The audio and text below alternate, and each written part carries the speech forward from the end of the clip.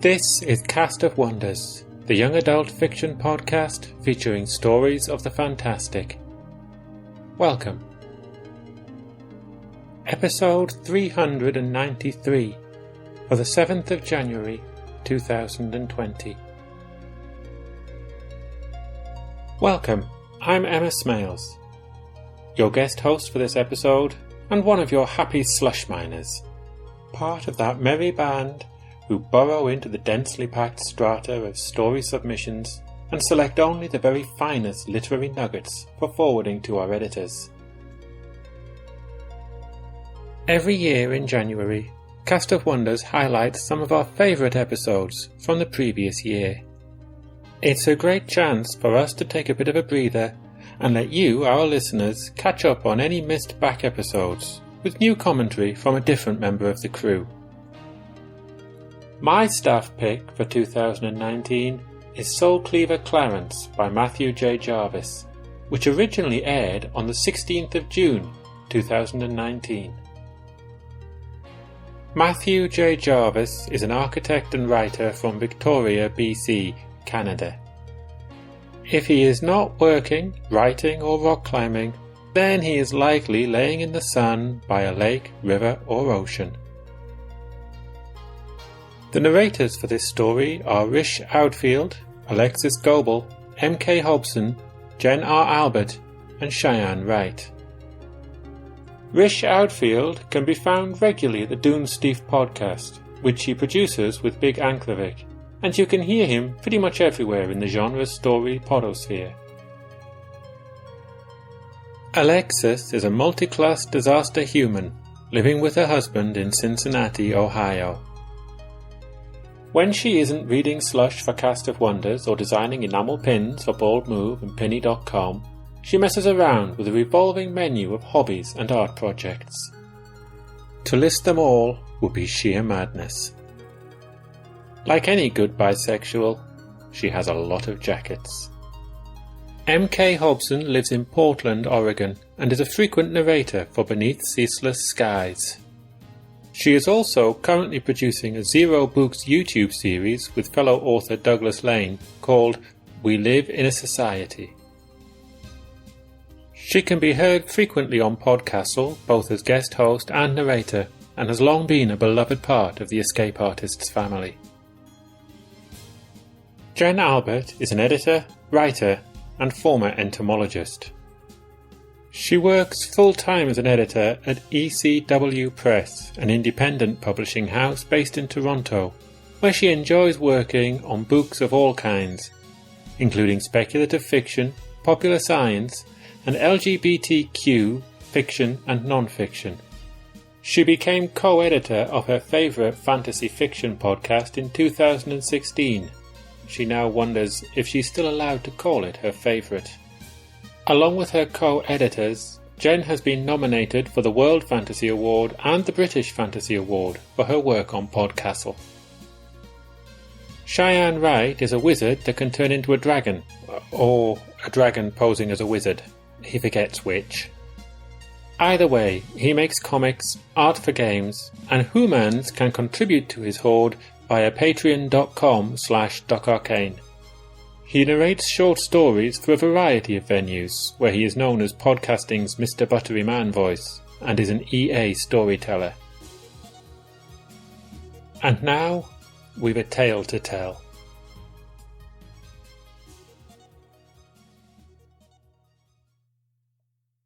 Soul Cleaver Clarence by Matthew J. Jarvis. Narrated by Rish Outfield.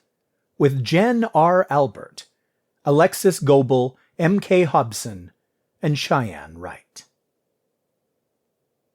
My dear dragon, the princess announced as she held aloft Clarence's topaz windflower, its gemstone petals glinting beautifully in the sun. These are, without a doubt, the finest sculptures in all the land.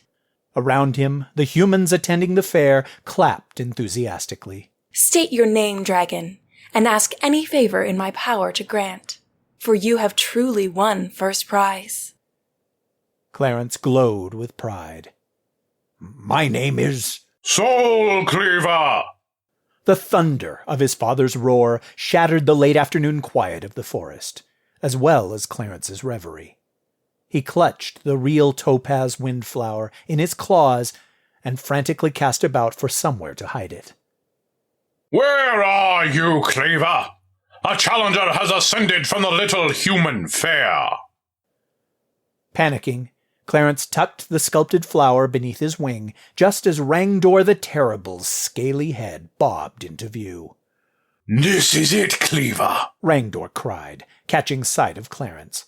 "The day you defeat your first knight." "Rah!" Another one, Clarence groaned. No, this one is young. Perfect for you to sharpen your teeth on." Rangdor's tail crashed into a nearby tree as he wheeled around. But what, Cleaver?"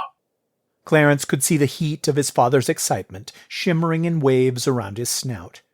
He tried to think of an excuse that would allow him to return to his latest sculpture, but failed. It wasn't as if he'd actually be able to show it at the fair anyways. "Never mind," Clarence said glumly, tightening his wing to hold the flower in place. "Then come, Cleaver. Victory awaits." "I call you forth, dragon, to face the justice of my sword." The young knight stood beyond the tree line, her polished armor glinting in the light of the setting sun.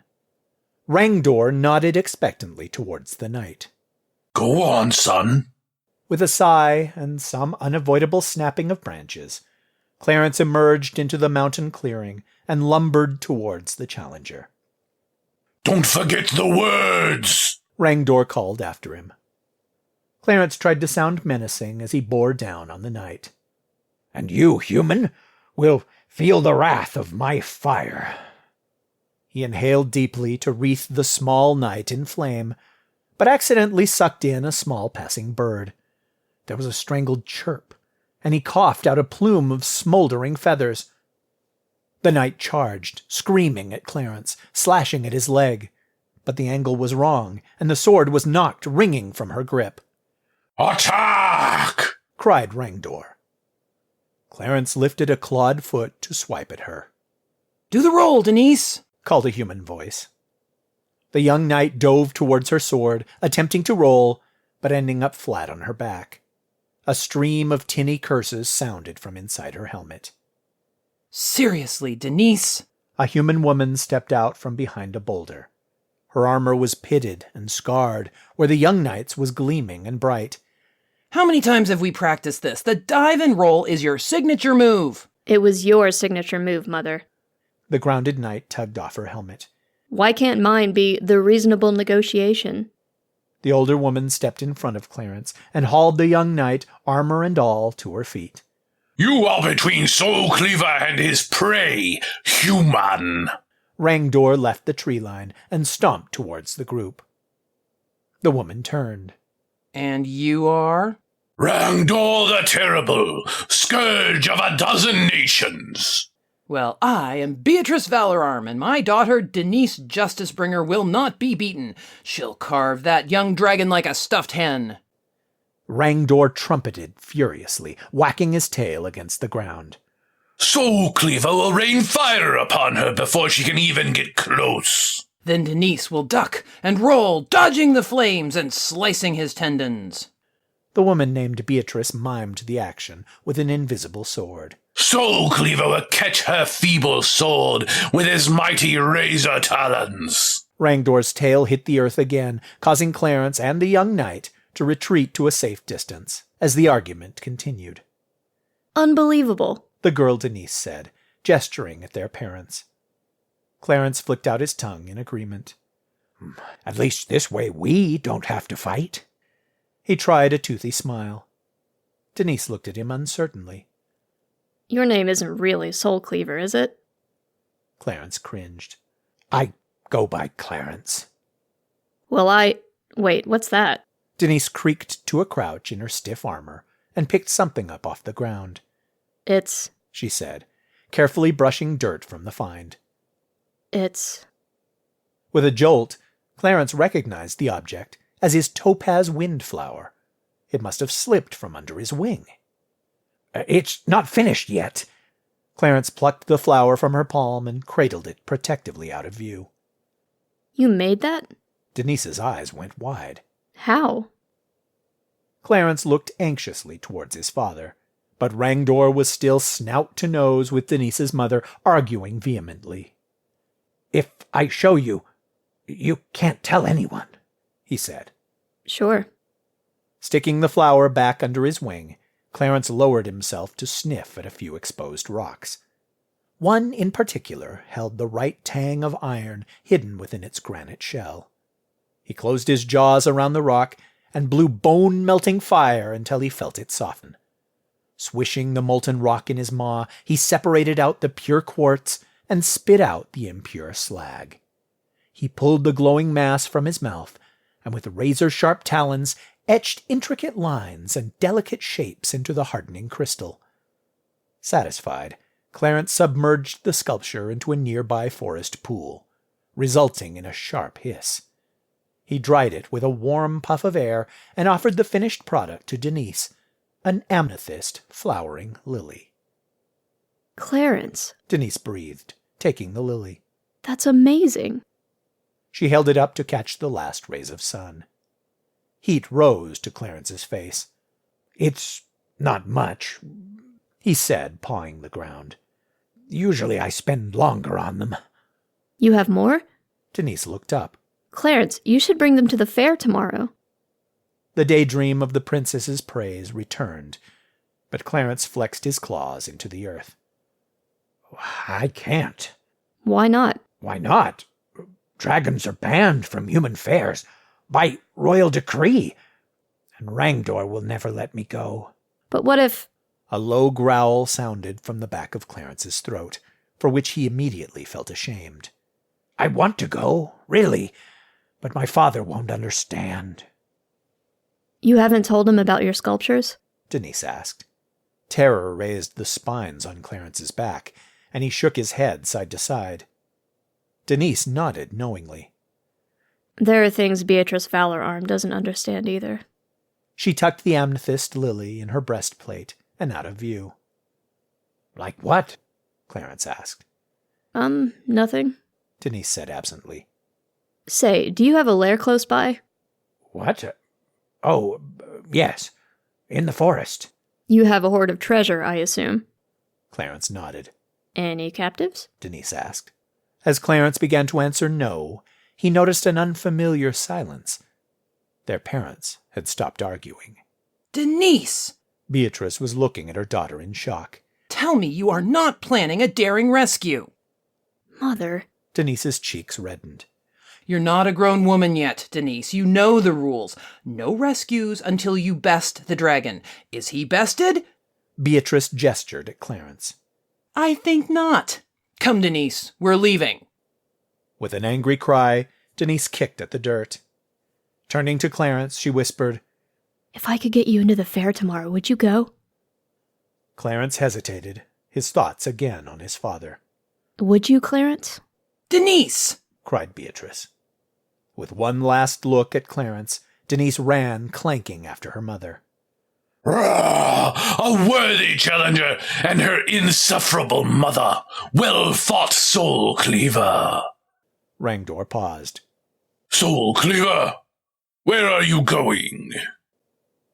Following the two knights at a distance, Clarence broke through the forest clearing and came to crouch on a rise overlooking the darkening valley and fair below.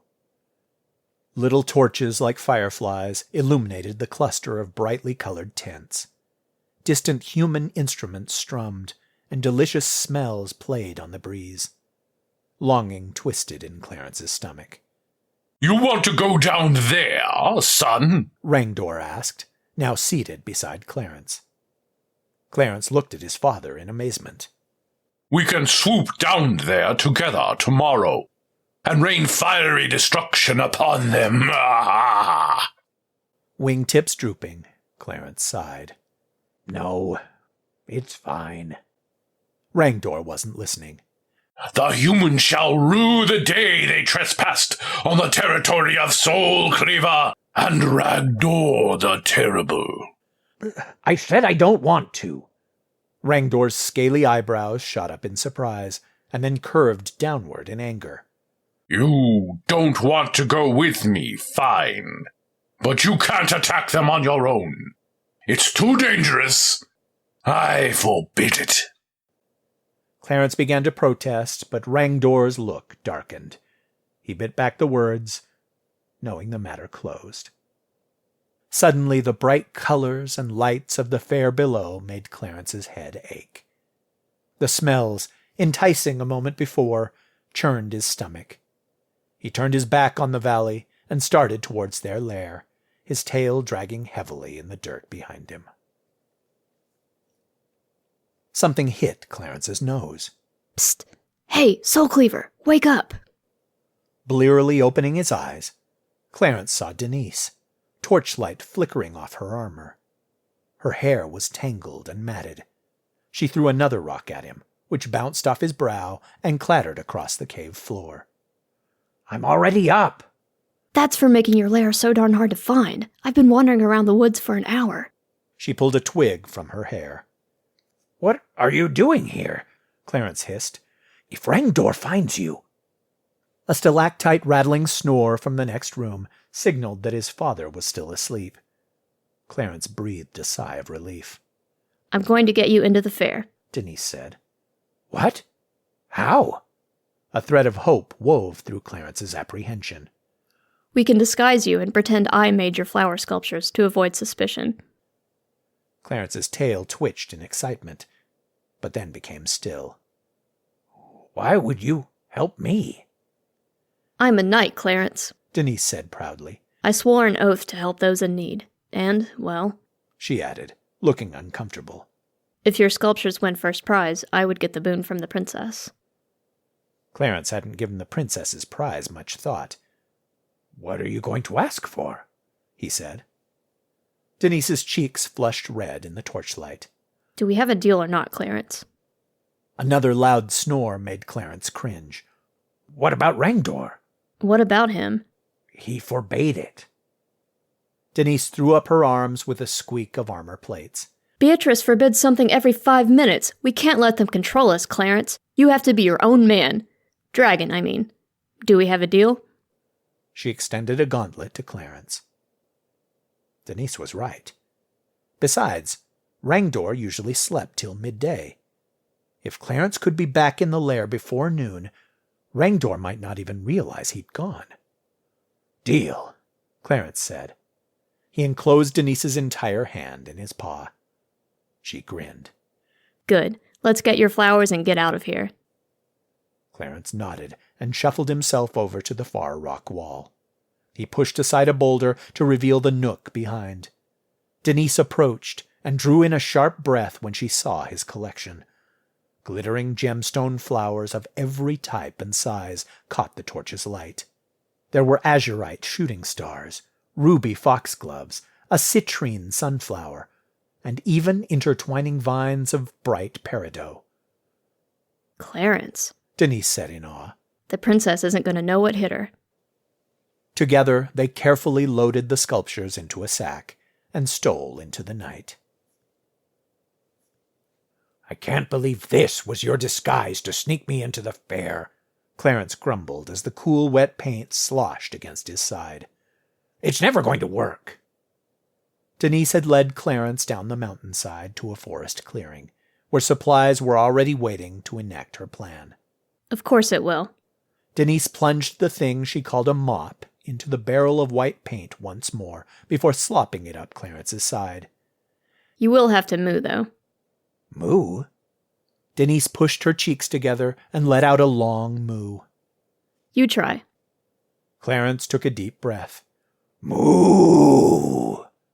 Quiet! You trying to wake the whole fair? More bovine, less dragon next time. Clarence nodded, having no idea what she meant. Well, that just about does it, Denise said, stepping back to admire her work. For the base coat, at least. Now for the spots. She pried open a new barrel and dunked in a brush. Close your eyes, she said, walking around to stand in front of Clarence. Clarence stooped his head so low he was level with Denise and closed his eyes. A moment later, there was a cold tickling sensation across his face. "Why do you become a knight?" he asked, eyes closed. What? "Well, I have to be a dragon. But don't humans decide what they are going to be?" The brushstrokes continued, but Denise was silent. "I mean, you're not very good at fighting. No offense," You sound like my mother, Denise said. There is more to knighthood than fighting. Knights do good deeds, they uphold a moral code, and, well, they get the princess. Something in Denise's tone made Clarence open his eyes. She didn't meet his gaze. "I thought princes get princesses," he said. Her eyes flashed. Thank you, oh wise dragon, the prince gets the princess. Fantastic. Do I look like royalty to you? Denise sighed. You're either born royalty or you're not, just like dragons. But knights have the next best chance. The knight in shining armor always rescues the princess. Denise looked down at her own armor, a mirror in the moonlight. At least that's what happens in the stories. "So, when you asked if we had a captive in our lair," Clarence asked, beginning to understand. Dragons are meant to have a prisoner princess. Denise emphasized the words with waves of her brush. This is standard stuff, Clarence. You let me down. She plunked herself on a nearby stump, the wood splintering under her armor. Having Beatrice Valorarm as a mother doesn't help. She says I need to earn the favor of a princess. I need to climb the tower, brave the evil, or defeat the monster, whatever. If I don't, well, then I don't deserve to rescue her.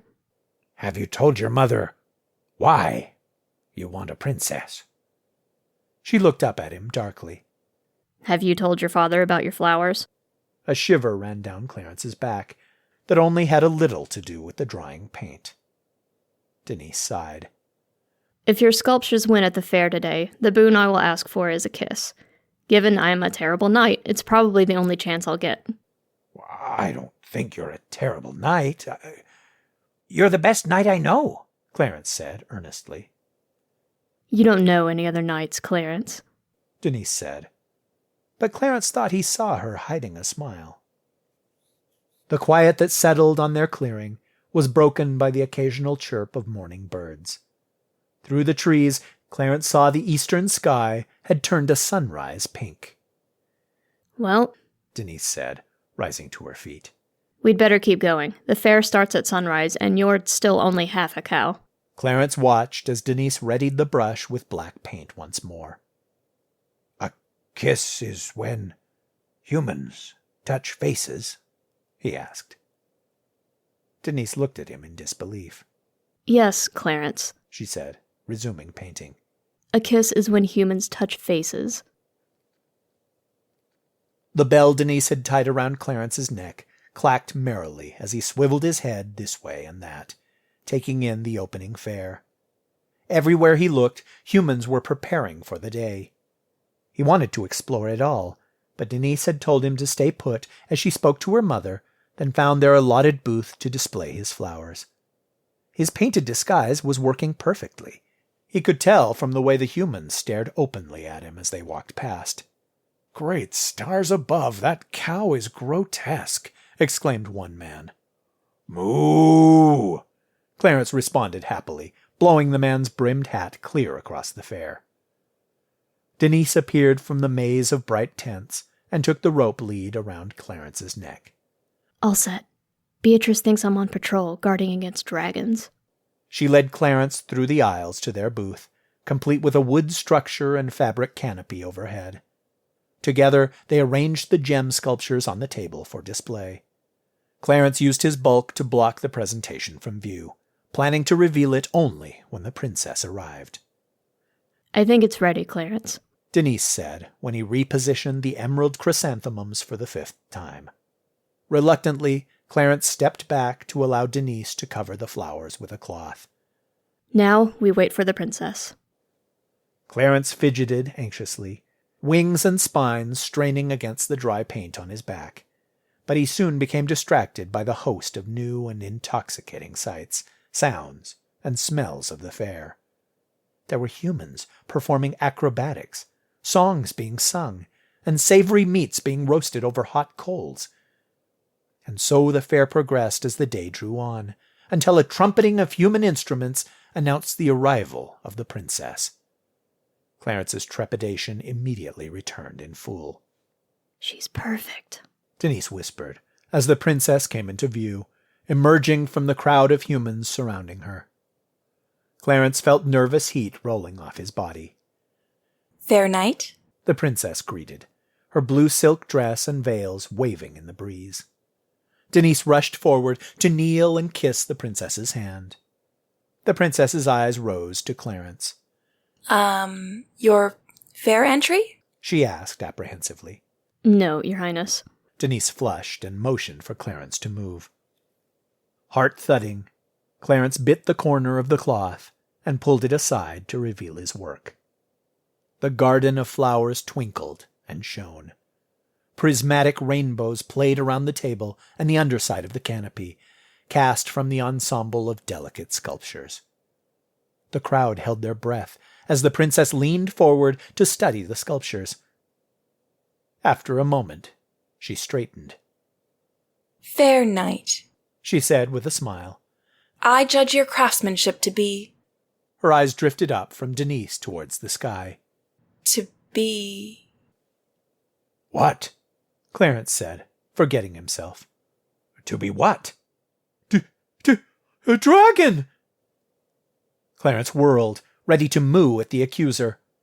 Except the man that had cried out wasn't pointing at Clarence. He was pointing to the sky. Oh no, Clarence whispered, his own head tilting upwards. The noonday sun shone through Rangdor's red wings as he soared over the fair. Soul Cleaver! He roared and banked to land. Chaos erupted. Humans stumbled and ran, trying to gather their loved ones and get clear of the dragon's path. Princess! Denise cried excitedly. We need to get you to safety! The princess didn't move, but stared up at Rangdor in wonder. Rangdor landed and slid to a halt in a shower of dirt and grass. Soul Cleaver, there you are! Did the humans capture you? What have they done to your scales? Nothing, Clarence said. They didn't capture me. They didn't do anything. Then why are you here? Rangdor said, arching his back. I forbade you coming, Cleaver. I... Clarence tried desperately to think of something Rangdor would believe. His eyes landed on the figure in blue silk. I came to capture the princess? You should have told me, Cleaver. But well done, son. Grab her quick, and we'll take her to the lair. Not so fast, dragon. Through the crowd strode Beatrice Valorarm. This princess, she said, coming to grab the princess's arm, is going to be rescued by Denise, Justice Bringer. She is? Denise asked. I mean, of course she is. Once she bests your dragon, Beatrice added. Denise's expression fell. Foolish knight, this princess is going to be stolen by Soul Cleaver. He disguised himself so that he could take her and your little knight by surprise. Rangdor reached out and enclosed the princess's other wrist in his claw so that she was pulled between them. Oh, no, the princess said, looking mildly perturbed. I have been taken captive. Again. Denise was on to your dragon the entire time, said Beatrice. She was waiting for him to reveal himself so that she could skewer him on the spot. Why else would she be here instead of on patrol as she was instructed to be? Beatrice pulled again, so the princess was jostled between her and Rangdor. Help, the princess said resignedly. Someone please save me. Clarence, we have to do something. Denise pleaded with him. We have to rescue her. This is my fault, Clarence said. You're going to miss your chance with the princess because I couldn't tell my father the truth. He raised his head and spread his wings so they ripped free from the paint on his back. I'll distract Rangdor, he said. You run in and save the princess. Clarence faced his father. I didn't come to steal the princess, he said loudly. Then Cleaver would... What? What did you say, Soul Cleaver? Rangdor turned his head, still gripping the princess's wrist. I didn't come to the fair for the princess. Rangdor's tail whacked against the ground, a dangerous sign at best. Cleaver, he growled. Maybe you came to kill humans, but... I didn't come to kill humans. I don't want to hurt anyone. I never did. What? What are you saying, Cleaver? You aren't making any sense. Rangdor's tail thumped harder. Clarence took a deep breath. I came to show my flowers. Your what? Clarence, your flowers. Denise broke into a clunky run, not towards the princess, but past Rangdor, towards the display booth. The vibrations from Rangdor's tail had knocked the wood frame canopy off its supports, and the heavy structure was teetering ominously above Clarence's fragile sculptures. No, Denise! Clarence shouted, but it was too late. Just as she arrived, the canopy collapsed atop her, knocking her to the ground. Beatrice cried out, but the voice of the princess was louder. Fair knight, she yelled, and turning to Rangdor and Beatrice, unhand me. When neither complied, the princess gritted her teeth. So be it. She moved faster than Clarence's eye could follow, and suddenly Rangdor was clutching his forepaw in pain, and Beatrice was knocked back, struggling to keep her balance. Free of her captors, the princess sprinted, but Rangdor's tail, thrashing in surprise, flew directly towards her. Clarence heard the human onlookers gasp, but the princess leapt high, silks trailing through the air, and executed a beautiful dive over the scaly tail to land in a perfect roll. She reached the booth wreckage and hauled the young knight clear. Denise opened her eyes to see the princess above her. You saved me, she said in awe. Why did you run into danger so quickly, good knight? The princess asked, helping Denise to her feet. You were trying to protect my flowers. Clarence felt a lump in his long throat as he approached with Beatrice. Rangdor hobbled behind. I'm sorry, Clarence, Denise said. I only managed to get one. She opened her palm to reveal Clarence's topaz windflower, still polished and perfect. Emotion welled within Clarence. Denise's actions meant more to him than any judgment from the princess. If she believed in him that much, how could he be ashamed? Tenderly, he craned his neck forward, took the flower from her, and placed it in Rangdor's paw. This is why I came to the fair, Clarence said quietly. Father, Dad, I don't want to kill humans, or best knights. I want to make these. Rangdor studied the flower in his palm, while smoke trailed uncertainly from his nostrils. I don't understand, Beatrice said, turning to Denise. You aided the dragon? Why? After taking a deep breath, Denise met Clarence's eye for a moment, before saying, I wanted to win the prize, the boon from the princess. She focused on her mother, avoiding the princess's gaze.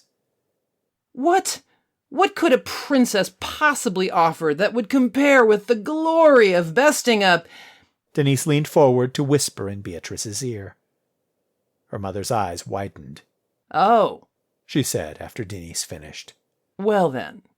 Seeming unsure of what to say, Beatrice pulled Denise into a rough hug. Denise's initial look of shock faded, and she returned the embrace heartily.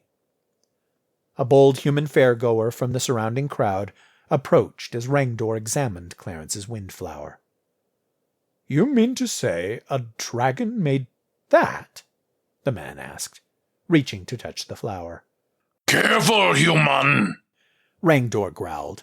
You bear witness to the craft of Soul Cleaver, and your pitiful legs could not carry you fast enough were you to so much as smudge one of his creations.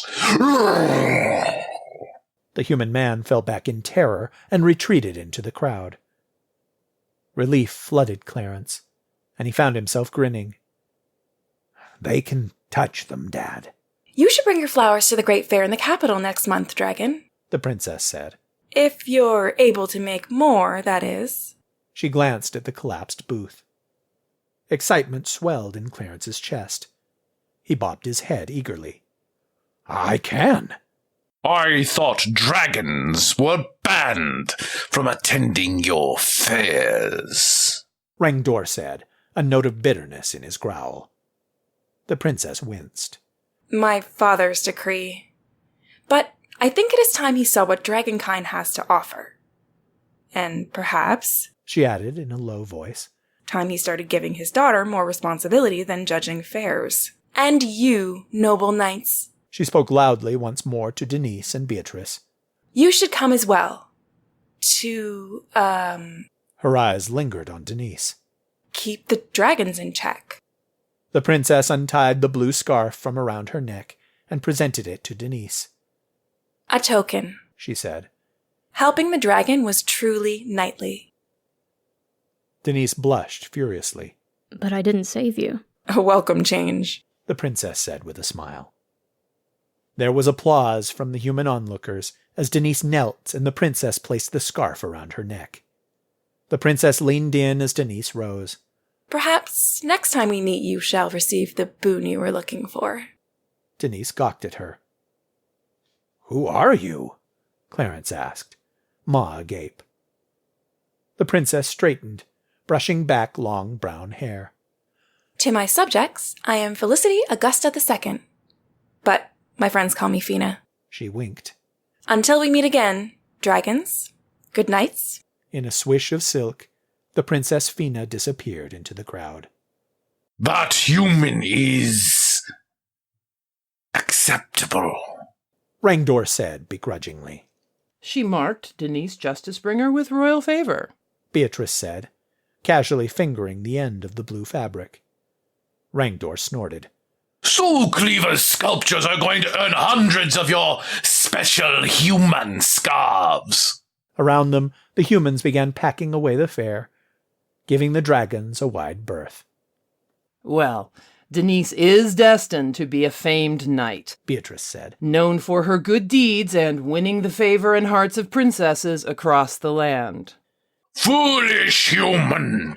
So Cleaver shall receive commissions from around the continent. His flowers shall be praised more highly than gold. Denise and Clarence shared an exasperated look, which turned into a grin. In the novel Reaperman, Terry Pratchett said that, and I'm paraphrasing slightly here, the song We Shall Overcome is always sung by the people who the next generation will sing We Shall Overcome at. There was a time when a female knight in a fantasy story was usually put in for sex appeal. But in this story, female knights are, well, just knights. But Denise, a female knight who is not only gay, but doesn't particularly want to be a warrior, is as confusing to her mother as Clarence, a dragon who doesn't want to raid human lands and take captives and plunder, is to his father. Every generation changes the world in its own way. We never think or do things the same way as our ancestors did, and we won't think and act the same way as our descendants will. The great thing about this story is that it takes that simple truth and weaves a wonderfully humorous and entertaining tale out of it, carrying the positive message that just because you don't get where people are coming from or understand their ambitions, that's no reason why you shouldn't respect and support them. Join us again next time, when another member of the team will bring you their favourite story of the year. We love bringing you the best audio fiction week after week, but we can't do it without your support. Your donations pay our authors, our narrators, our servers and our staff. Please consider supporting us with a monthly donation through either PayPal or Patreon. You can also review us on Apple Podcasts, request us on Spotify, and consider the stories we publish for award consideration. There are lots of ways you can help. Join the discussion on the EA forum, forum.escapeartists.net, or visit on Twitter @Cast of Wonders. Come and say hello. Cast of Wonders is a production of Escape Artists Incorporated. and is brought to you by your host for today, Emma Smales. Our editors, Marguerite Kenner and Catherine Inskip. Assistant editors, Andrew Cahoe and Carissa Sluss. Associate editors, Tonya Bezpolko, Amy Brennan, Alicia Caparaso, Trace Fontel, William Haidt Minor, Sean Proctor, Ray O, Susie Rodriguez, and Chris Tang.